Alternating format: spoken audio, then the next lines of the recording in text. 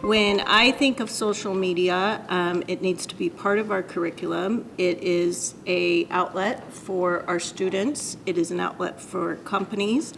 I also look at it as something that I enjoy using, and as a parent, I need to keep track of my kids and their use of social media, especially my 7th grader who's on Facebook.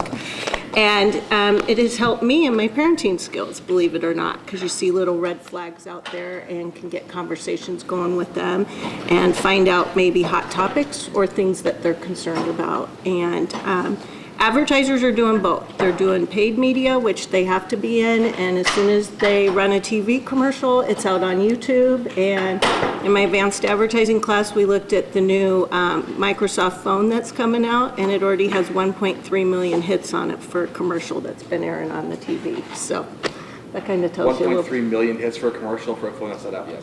Yeah, Monday it comes Awesome. out All right. on YouTube. Wow. Megan.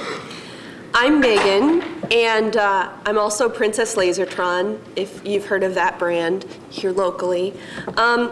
One thing that's unique about my business is I started in 2005, and I have grown into a 3-person company, and I work with over 250 brides a year, all through the internet. I also am involved in the local entrepreneurial and creative community here in Omaha, and I own a co-working space in North Downtown called Camp. And you can follow us on Twitter at Camp Omaha or visit us at campcoworking.com. And it's sort of like a coffee shop atmosphere is what we're trying to create. We're about 3 months old. And it's just kind of a place for entrepreneurs and creatives and small-time developers and people who just want to get out of their homes and get out of the coffee shop and go mingle with other people who are maybe new to their network and working on other things. So we have a lot of people who come in there every day as well. Dusty. Hi, my name's Dusty. Like Adam said, I run lots of things, one of which is a software company that creates websites and software for folks. But the other two ones that are, I think, most appropriate today are I run a website called Silicon Prairie News, which highlights and promotes entrepreneurs, creatives, and innovators in and around the Midwest. Much of those same people that Megan talks about kind of being a part of. And what we've really done and what we strive to do is to build a really vibrant online community of those folks, right? How do you connect those people online? Through Twitter, through Facebook, through the blog. And then we hold events, like the Big Cow event that you saw.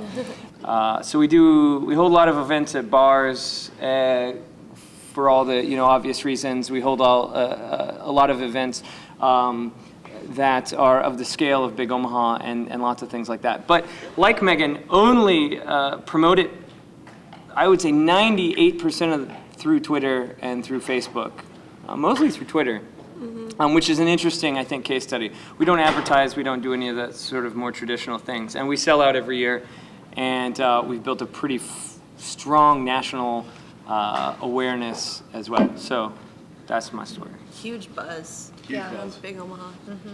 Yeah. Big. Okay, I do a lot with social media, and I consider myself almost addicted to the point where I try to work it into every component of my life, and I'm proud to say that. I work here at the university in the University Relations Office, so I manage the media relations component of the university. I pitch story ideas to the local media, regional media on a daily basis through press releases, but I'm also sending out those story ideas to the media on Facebook, on Twitter as well.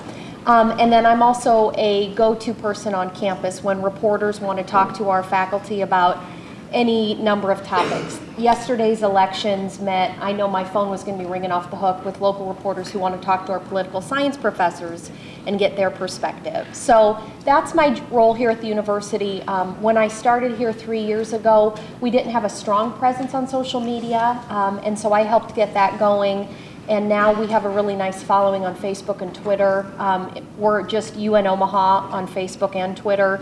You can fan us, you can follow us on Twitter. And so I use that as another vehicle to basically get in front of you and to talk to our students. I'm sure you've noticed this and done this when I walk through the food court over the lunch hour or any time on campus.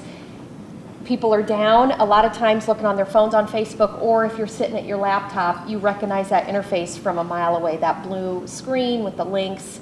Same goes for Twitter. So in our office, we're all about communication and really realize that if we need to talk to you through Facebook and Twitter, these spaces that you're already at, I'm fine with that. We'd love for you to read your email, but I know you get a lot of email from the university. So if we can communicate with you on Facebook and Twitter, that's fine. So that's kind of part of my role here at the university.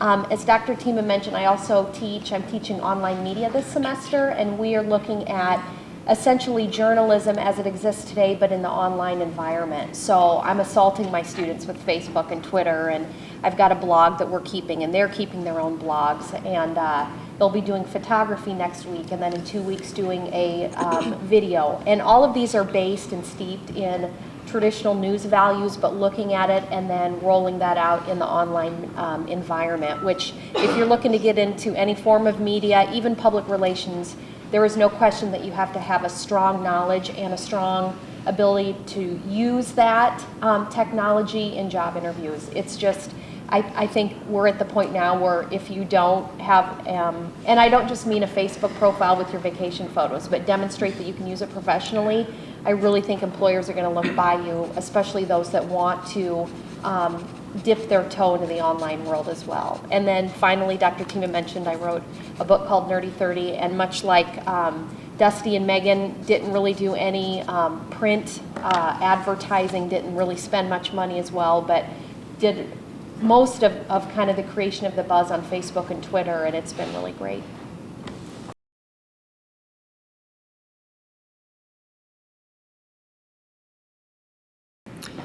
To me, social media is media that's entirely driven by community rather than perhaps a group of executives or C-level, staff or a consultant that you hire to tell you what people want to see. It's really driven by the masses, and that's what generates this cloud of content, which is why I think it's so popular, because it really empowers the user to create the world that is most relevant to them and just immerse themselves in it. Like Wendy said, like most of you probably, I grew up in the generation where I've really never been without email or news groups or a way of connecting with people all over the world. And so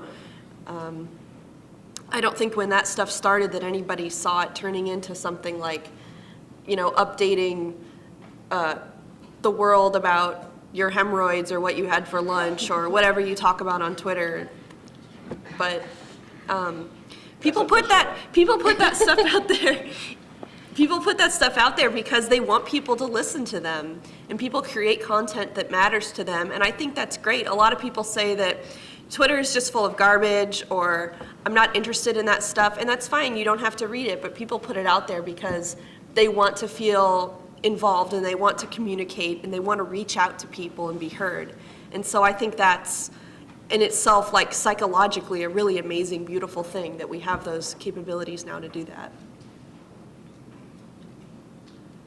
The rest of you, thoughts? I have two, I guess, kind of high-level thoughts. One is that, I have lots of high-level thoughts, but the two that I'll make here, one is that when we talk about social media, I think what's really interesting is that, we're all kind of social people, and we all have friends, and we all connect historically. And, as, my dad, as an example, goes off talking about how social media is stupid, right? Like, he kind of forgets that, it's just really the embodiment of what has always happened, just sort of in a digital form, right? And we all have connections, and we all have historically, had, a network, and this is just really just an embodiment of that. And that's my definition of social media, right? It's how can technology facilitate these connections? And what we found with that, I think, is that whereas historically your network was maybe bound by geography, as you break down sort of, and that's mostly just on the fact that like you can only meet people historically that like you could meet, right? But as you break down some of those barriers, you see that interesting networks form in very unique ways, right? I can connect with people all around the world based on my interests, however esoteric those might be, in a way that never happened before. And so I think that's a really kind of interesting, for me, is what social media is how do you enable those types of connections? And what we've seen come out of that is these networks that have formed. I had another point, I don't know what it is. So only one point for me. I'm going to kind of build on what Dusty said, and I look at it as an instant form of communication, because when you look at different media forms and things that have been done in the past, if my father or grandfather was really upset about something, they wrote a letter to the editor. And now you can just get on Facebook and use other forms, whether it's sending out Twitter or whatever, and voice that, and it does build on that collaboration and being able to get into groups and communities. But at the same time, sometimes there's too much information out there, and when I look at companies and what they're doing, it is part of their media mix. They need to be a part of it. They're also doing paid media forms. When it comes to advertising, I used the example early on, how you can have a TV commercial out there, then it's on YouTube with 1.3 million hits. So, you're getting a double bang for your buck. The thing that I'm cautious about, whether it's from a personal viewpoint or from a corporate viewpoint, is you have to be very careful about how you manage your brand. And that gives you your reputation when you use social media. And I was just talking with a group of students. I mean, whether you're applying for a job, an internship, you need to Google yourself. You need to see what's out there about yourself. And you need to manage your brand too, because that is what people see of you. So. And I guess I look at social media as a way to tell stories. And I have a journalism degree and used to work in newspapers before I moved over to public relations. And I've really viewed it as a way to tell stories. When I am posting a status update on Twitter about what I had for lunch, I will never tweet that I have hemorrhoids, even if I don't. I so would. You should follow me.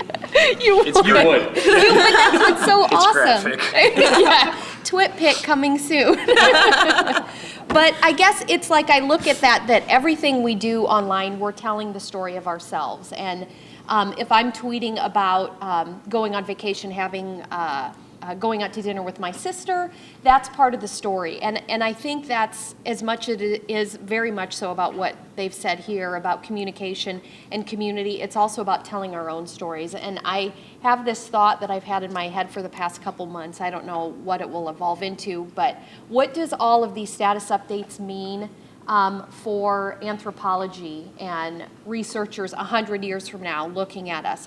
I'm amazed at the data that we are putting out there about our everyday life that could be mundane, but imagine if we could read tweets from people 100 years ago about their daily lives and things that were never recorded down in any way. And it's that storytelling, and I think if you do it well, which we'll probably talk to later in terms of branding, you can really build loyalty among your kind of collective. And that's kind of where the sharing and the great experience of social media, that's what that can yield when you're telling good stories, but then people are sharing as well.